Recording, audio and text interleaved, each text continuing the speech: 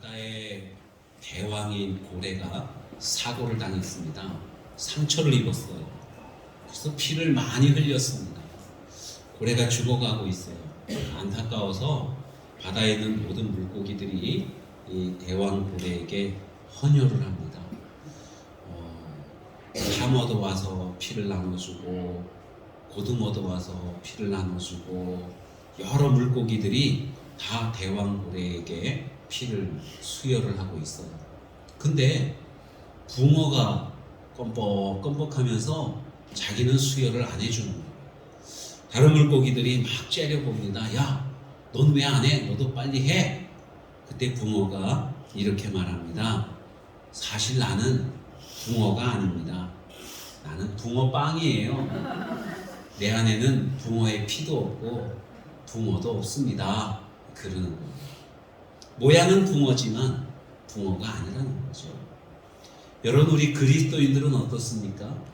그리스도인 그러면은 예수님을 정말로 믿는 사람이고 우리 안에 예수님이 계셔야 되거든요. 그런데 주님께서 말씀하실 때 내 안에는 예수님이 안 계십니다. 나는 주님을 잘 모릅니다.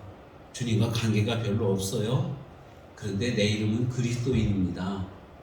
마치 붕어빵과도 같지요. 내 안에 주님이 안에 계시는데 우리는 주님을 믿는 사람이다. 그리스도인이다. 이렇게 말을 할 때가 참 많습니다. 여러분 어떻습니까? 여러분 안에 정말 예수님께서 살아 계십니까? 예수님이 역사하시나요? 예수님의 피가 우리 몸속에 흐르고 있는가 하는 것입니다. 오늘 본문 말씀에서 예수님께서 말씀하시기를 나는 참 포도나무다 이렇게 말씀하십니다. 예수님은 참 포도나무래요. 여러분, 참 포도나무가 있으면 거짓 포도나무도 있다는 얘기가 되겠죠. 일찍이 하나님께서는 이스라엘 백성들을 약속해 주시고 그 이스라엘 백성들이 애굽에서 살 동안에 그 고난당하고 그래서 정말 주님을 의지하고 주님께 기도할 때에 우리 하나님께서 이스라엘 백성들을 옮겨주셨어요. 가나안 땅이라고 하는 옥토에 옮겨 심어 주셨습니다. 그러니까 이스라엘은 원래 포도나무예요. 하나님께서 보실 때에 포도나무고 그 포도나무로부터 많은 열매를 얻기를 원하셨습니다. 그런데 이 포도나무인 이스라엘이 애굽에 있는 동안에는 열매를 맺지 못해요. 그래서 하나님께서는 이스라엘 백성들을 탁 떠다가 가나안 땅에 심어 주셨어요. 옥토에 심겨졌으니까 이제 이 포도나무가 열매를 잘 맺어야 되는데 여러분, 이게 웬일입니까? 이스라엘 백성들이 열매를 맺지를 않아요. 하나님을 떠났기 때문에 늘 하나님께 근심을 끼쳐드리고 죄악된 삶을 살아갑니다. 그래서 이 이스라엘이 온전한 열매를 맺지 못하는 거예요. 원래 포도나무였는데 참 포도나무가 아니라 가짜 포도나무가 되어버리고 만 것입니다. 그래서 하나님께서는 이 가짜 포도나무인 이스라엘이 참 포도 열매를 맺게 하기 위해서 참 포도나무를 이 땅에 보내주셨어요. 그분이 누구예요? 바로 예수님인 겁니다.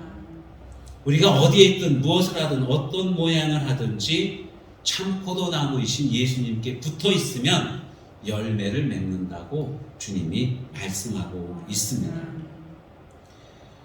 여러분, 하나님께서는 참 포도나무를 보내주셨는데 그 참 포도나무에 우리가 단단히 붙어만 있으면 열매를 맺을 수 있는 거예요.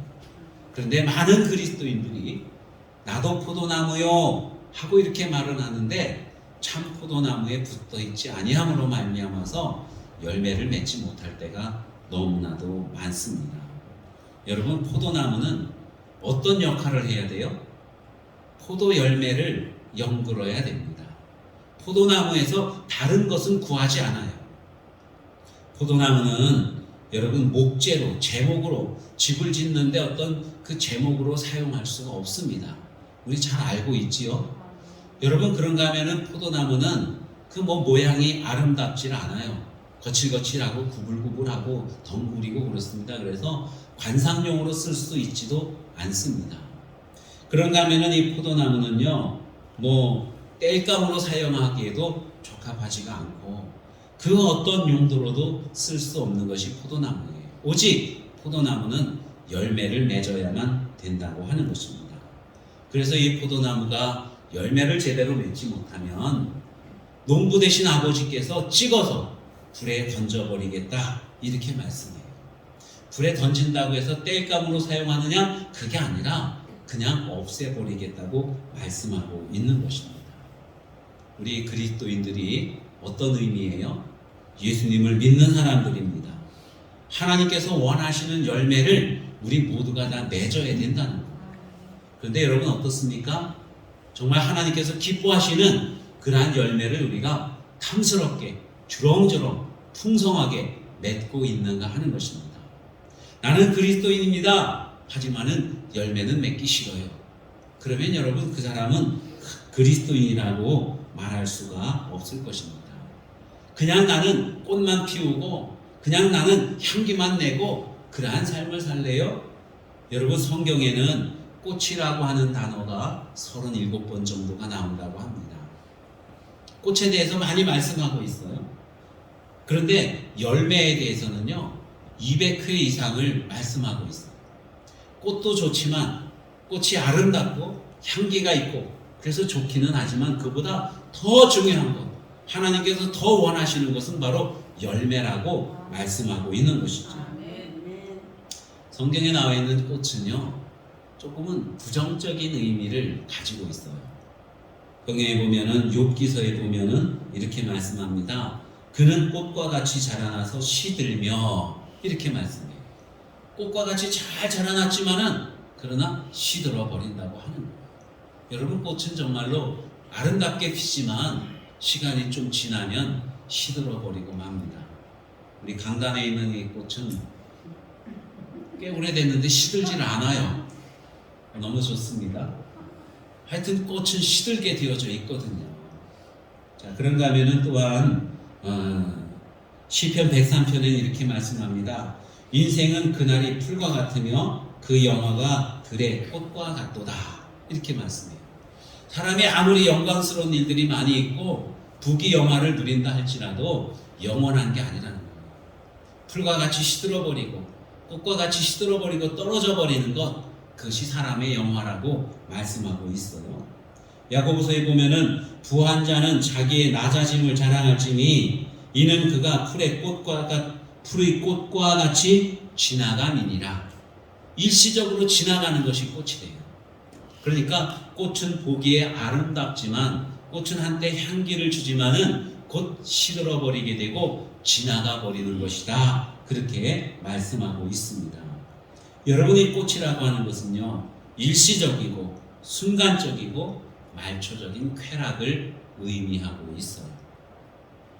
꽃보다도 더 중요한 것이 열매인 줄로 믿습니다.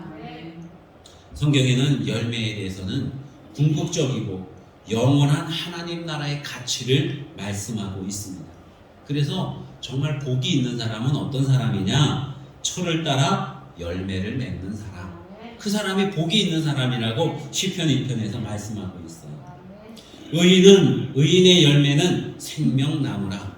그러니까 의인이 갖게 되는 가장 중요한 결실은 뭐냐면은 생명나무라는 거예요. 생명나무는 여러분 영생을 말합니다. 그래서 의인들에게 하나님을 믿고 예수 그리스도를 영접해서 하나님의 자녀가 된 사람에게는 영원한 생명을 주신다는 거예요. 그것이 곧 열매라고 말씀하고 있습니다. 오늘 이 시대는 꽃을 많이 구하는 시대지요. 사람이 부귀영화를 원합니다. 그리고 순간적이고 외적인 그런 아름다움을 많이 추구하기도 해요. 그러나 하나님께서는 우리에게 꽃이 아닌 열매를 구하고 계십니다. 우리 하나님께 열매를 많이 맺어드리는 저와 여러분이 다 되시기를 축원합니다. 요즘은 이제 가을이 깊어가고 있습니다. 들에서 많은 곡식들을 추수하고 있어요. 논에 가면은 그 콤바인들이 다니면서 알곡을 많이 거둡니다. 얼마 전에 어디 보니까 보통 한 사람이 요즘은 농사를 짓는데 4만 평 농사를 짓는데요. 여러 개 기계가 있어서 기계로 모를 내고 기계로 약을 주고 기계로 베고 기계로 탈곡을 하고 이렇게 하니까 한 사람이야 4만 평, 많이 하는 사람은 10만 평까지도 혼자서 농사를 짓는다고 합니다. 들판에 보면은 이렇게 익은 알곡들이 얼마나 탐스러운지 모릅니다. 벼만 그렇습니까? 여러분 고구마 밭에 가면은 그 줄기를 걷어 올리면은 주렁주렁 고구마가 열리기도 하고요. 또 우리 뒤에 동산에 올라가 보면 거기에 사람들이 밤을 줍고 도토리를 줍고 하는 분들이 많이 있습니다. 그냥 나무에서 연골어 갖고 뚝뚝 알밤들이 떨어져 있는 거예요. 이렇게 많은 열매들이 수확이 되고 있는 그러한 계절입니다. 좋은 열매를 잘 내놓는 그러한 나무는 참 행복한 나무예요. 사람들이 칭찬을 해요. 야, 이 밤나무에는 언제나 이렇게 굵고 맛있는 밤이 잘 연결어. 그러면서 그 밤나무를 칭찬을 합니다. 그러면 여러분, 물론 밤나무가 들을 수 있는지는 모르겠지만은 그 나무가 얼마나 기쁘겠어요. 사람들이 나를 좋아해. 내 열매를 너무너무 좋아해. 그러면서 이 밤나무가 기뻐하게 될 것입니다. 반면에 열매를 잘 맺지 못하는 그러한 나무들은 어떨까요? 이 나무에서는 맨날 찌질찌질한 것만 나와. 맛도 없어. 그러면은 가차없이 베어버리게 됩니다. 마태복음 21장에 보면 예수님께서 예루살렘에 가셨어요. 성전에 가까이 가실 때에 아침에 시장하셨습니다. 어디 뭐 먹을 것이 없나? 보니까 저 앞에 무화과 나무가 있는데 아주 잎이 무성하고 나무가 큼직하고 예수님께서 내심 기대하십니다. 야, 저 나무에 가면은 무화과가 탐스럽게 많이 열렸겠구나. 그거 먹으면은 허기를 면하겠구나. 그리고 예수님이 무화과 나무 밑에 가셨는데 열매를 구했지만은 열매가 없는 거예요. 그냥 잎만 무성하고 나무는 큰데 거기서 정작 열매가 없었던 것입니다. 그래서 예수님이 그 나무를 저주하셨어요. 다시는 내가 사람들에게 열매를 주지 못할 것이다. 그러니까 이 나무가 실망을 해갖고 그만 말라 죽어버리고 만 그러한 이야기가 성경 말씀에 있습니다. 여러분 열매 맺고 싶지요? 그렇지 않습니까? 나도 열매를 많이 맺어서 하나님을 기쁘시게 해드리고 싶어. 전도에서 전도의 열매를 많이 맺어서 교회를 가득가득 채우고 싶어. 기도해서 기도의 열매를 맺어서 늘 응답받고 하나님께 영광 돌리고 싶어. 내가 정말로 사랑을 많이 실천해서 우리 주변 사람들에게 행복을 주고 싶어요. 여러분 그러한 소망들이 다 있지요. 나는 열매가 싫어. 이런 사람 없을 것입니다. 나도 열매를 많이 맺어서 정말 하나님께 기쁨이 되고 우리 성도들에게 큰 기쁨이 되고 세상에 유익을 주는 그런 사람이 되고 싶은 거예요. 모두가 다 열매를 맺고 싶어 합니다. 그런데 마음은 열매를 맺고 싶은데 열매를 못 맺는 경우들이 너무나도 많은 거예요. 열매를 맺지 못하고 오히려 영양분만 빨아먹고 정말 다른 이들 더 힘들게 하는 그러한 경우들도 많이 있습니다. 왜? 무엇 때문일까요? 욕심을 부리고 많이 노력을 하는데도 열매를 맺지 못하는 그 원인 무엇 때문일까요? 우리 스스로는 너무나도 약합니다.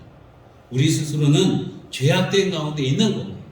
온전한 열매를 맺을 수 있는 그러한 사람들이 아니라고 하는 것입니다. 우리가 정말로 열매를 맺으려면요, 오늘 성경 말씀에 보니까 예수님께 붙어 있어야 된다. 주님이 그렇게 말씀하고 있습니다. 예수님을 떠나서는 어느 누구도 온전한 열매를 맺을 수가 없다고 주님이 말씀하고 있는 거예요. 우리 그리스도인들은요, 예수님을 떠나서는 아무것도 할 수 없어요. 뭔가를 한다고 한들 그것이 하나님께 영광이 되는 게 아니고, 뭔가를 열심히 노력한다고 한들 나에게 영생을 주는 게 아닙니다. 사람들을 유익하게 해줄 수 있는 게 아니에요. 내가 예수님께 붙어 있을 때에만 우리는 온전한 열매를 맺을 수가 있는 것입니다. 여러분 이렇게 한번 고백해 보시기 바랍니다. 따라해 볼까요? 나는 예수님을 떠나서는 아무것도 할 수 없다. 정말 그렇게 고백하십니까? 그런 고백이 늘 있기를 바랍니다. 난 예수님을 떠나서는 아무것도 할 수 없어. 내가 힘이 많이 세도, 내가 많이 똑똑해도, 내가 열심히 노력을 해도 예수님을 떠나서는 내가 할 수 있는 게 아무것도 없어요. 오직 예수님께 붙어 있어야만 열매를 맺을 수가 있는 거예요. 예수님께 붙어 있어야만 하나님께서 기뻐하시는 열매를 맺을 수가 있다고 하는 것입니다. 이런 것이 저와 여러분의 간증이고 또 고백이 되시기를 축원합니다. 누군가를 용서해야 돼요. 근데 용서가 안 되는 거예요. 생각할 때마다 분통이 터지고 그냥 미워하게 되고 때려주고 싶은 거예요. 누군가를 사랑해야 되는데 사랑이 안 되는 거예요. 자꾸 무관심하게 되고 미워하게 되고 섭섭함을 느끼게 되고 그렇습니다. 그러면은 생각해 볼 때에 우리 마음이 항상 무거워요. 사랑하라 말씀하셨는데 왜 나는 사랑을 하지 못할까? 용서하라 말씀하셨는데 왜 나는 용서하지 못하는 것일까? 나는 왜 이런 것일까? 여러분 무엇 때문입니까? 주님이 내 안에 안 계시기 때문에, 내가 주님께 꼭 붙어있지 않기 때문에 그렇습니다. 우리 주님을 깊이 사랑하면 이웃 사랑이 저절로 되는 줄로 믿습니다. 주님께서 나를 용서해 주신 것이 정말로 느껴지면 여러분 우리 이웃들이 그냥 용서가 되는 거예요. 주님 안에 있으면 우리는 주님이 기뻐하시는 모든 것들을 다 행할 수가 있는 줄로 믿습니다. 막 치밀어 오르는 분노가 있어요. 억지하느라고 가라앉히느라고 너무나도 많이 힘들어요. 여러분 왜 힘듭니까? 예수님께 붙어있지 않기 때문에 그러한 것들이 힘든 거예요. 주님께 있으면은 저절로 열매를 맺습니다. 저절로 나의 성품이, 나의 삶이 변화되어진다고 주님이 말씀하고 있어요.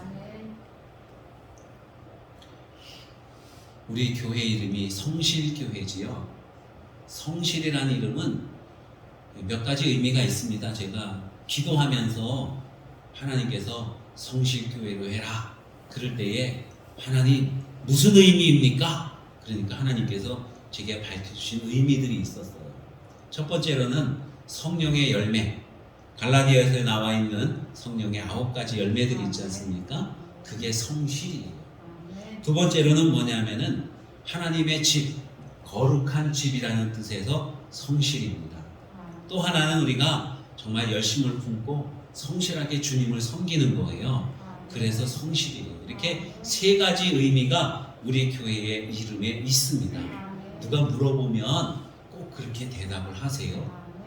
자, 그런데 이 성령의 열매는 9가지 열매라 그랬죠. 사랑과 희락과 화평과 오래 참음과 자비와 양선과 충성과 온유와 절제. 이게 성령의 열매들이거든요. 성령님이 내 안에 오시면 나의 성품이 이렇게 변화되어지는 거예요. 여러분 성령의 열매를 맺어라 이게 아니라 성령님을 모시면 이 열매들이 내 안에서 저절로 맺혀지는 거예요. 성령님이 내 안에 오시면은 내가 사랑이 많은 사람이 되어집니다. 성령님이 내 안에 오시면은 내가 기쁨이 충만한 사람이 되어지는 것이고요. 성령님이 내 안에 오시면은 모든 사람들과 더불어 평화로운 사람이 되어지는 거예요. 성령님이 내 안에 오시면은 우리가 어떤 고난이 와도 오래 참을 수가 있어요. 성령님이 내 안에 오시면은 어려운 사람들을 볼 때에 슬퍼하는 마음, 아버지 하나님의 그 마음을 품고 바라볼 수가 있게 되는 것이고요.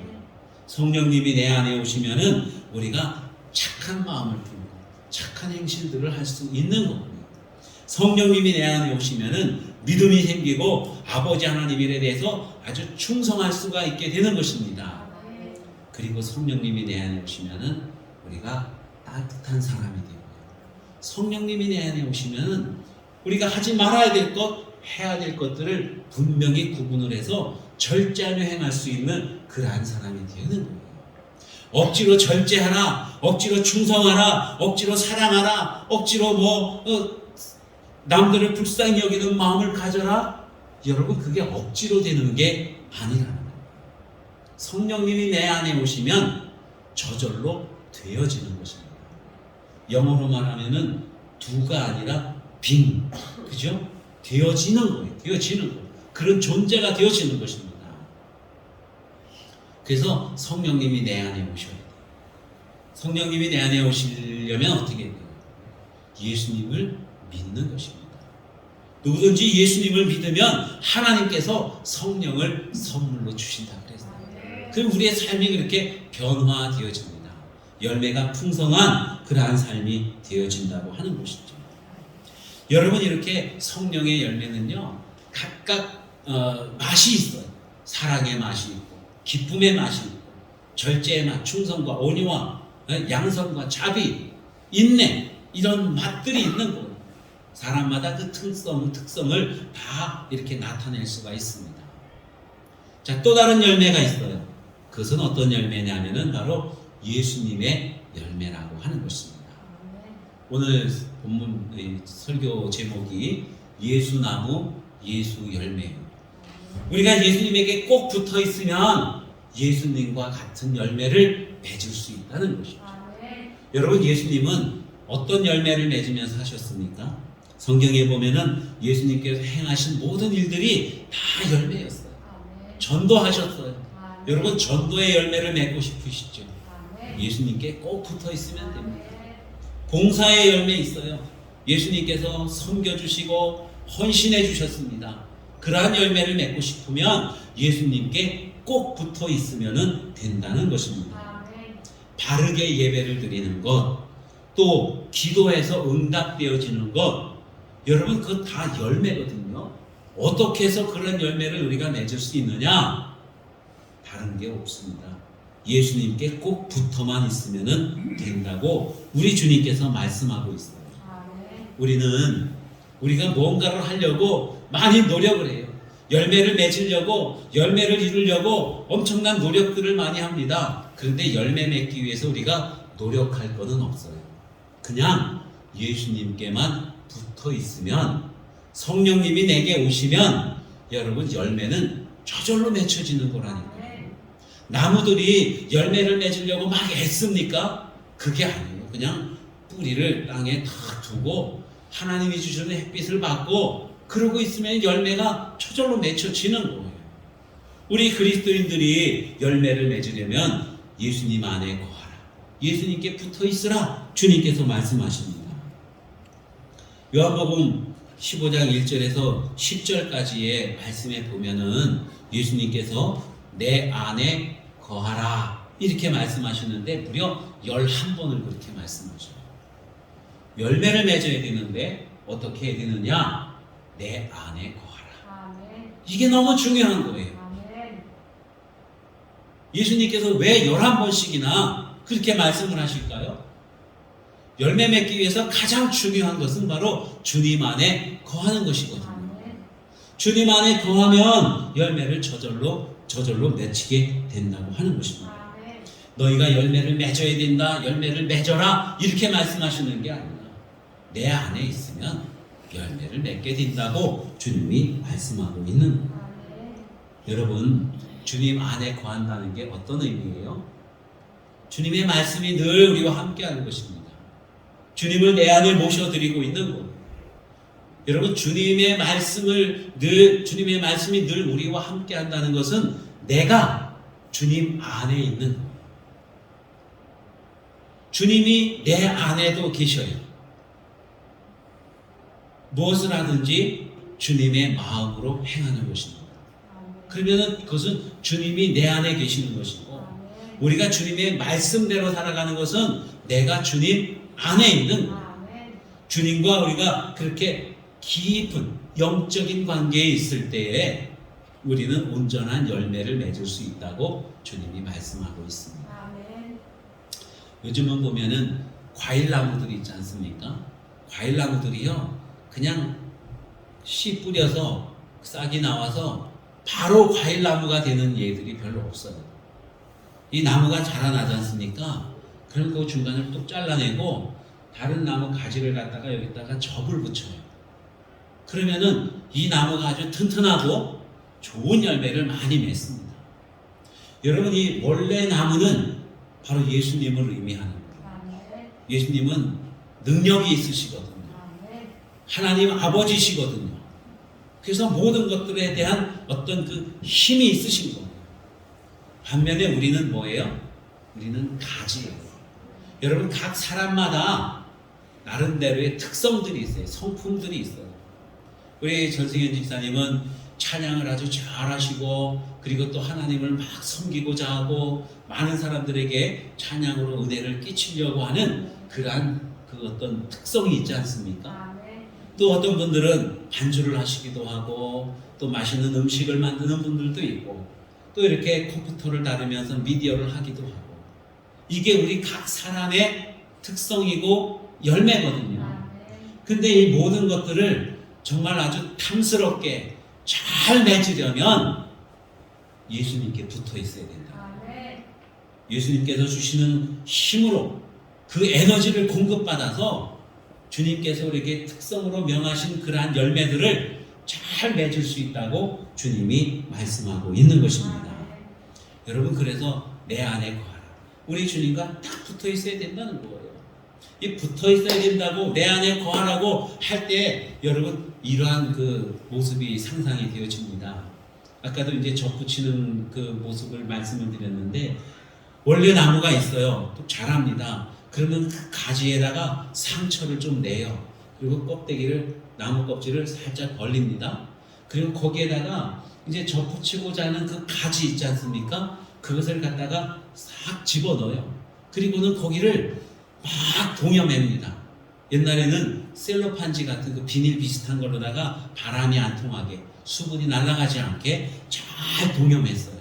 어떤 분들은 거기다 촛농까지 떨어뜨립니다. 아주 밀폐를 잘 시키는 거예요. 그러면은 이 가지가 원 대목에 그야말로 찰싹 붙어 있는 거예요. 찰싹 붙어 있어요. 찰싹 붙어 있으면은 원래 대목으로부터 올라오는 그 영양분을 이 가지가 마음껏 흡수합니다. 그러면 능력이 있는 가지가 돼요. 능력이 있는 가지가. 그리고 좋은 열매들을 많이 맺게 된다는 것입니다. 우리 그리스도인들이 정말로 좋은 열매를 많이 맺기 위해서는 우리 예수님께 접붙어져 있어야 돼요. 근데 이것을 뭐 우리가 어떤 세금을 내고 하느냐? 그런 게 아니라 하나님께서 그렇게 하라고 예수님을 보내주신 거예요. 그리고 우리 한 사람 한 사람의 이름을 불러주신 것입니다. 누구든지 예수 그리스도를 믿으면, 그 이름을 믿으면 예수님께 접붙여지는 거예요.